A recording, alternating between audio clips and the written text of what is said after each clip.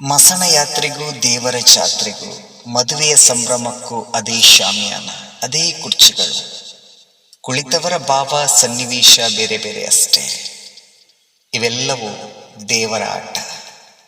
ಬದುಕು ನನ್ನದು, ಆದರೆ ನಿರ್ಣಯ ಆತನದು. ಬಯಕೆ ನನ್ನದು ನಿಜ, ನೀಡುವ ಇಚ್ಛೆ ಆತನದು. ಪ್ರಯತ್ನ ನನ್ನದು ಸತ್ಯ, ಆದರೆ ಫಲ ಆತನದು. ಆಟ ನನ್ನದು ಆಡುವೆ, ಆದರೆ ಆಡಿಸುವವನೇ ದೇವನು.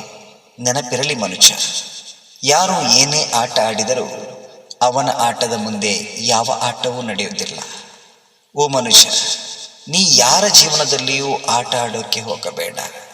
ಭಗವಂತ ನಿನ್ನ ಜೀವನದಲ್ಲಿ ಆಟ ಆಡೋಕೆ ಶುರು ಮಾಡಿದರೆ ಸಹಾಯಕ್ಕೆಂದು ಭಗವಂತನೂ ಕೂಡ ಬರುವುದಿಲ್ಲ. ದೇವರ ಆಟ ಬಲ್ಲವರ್ಯಾರು?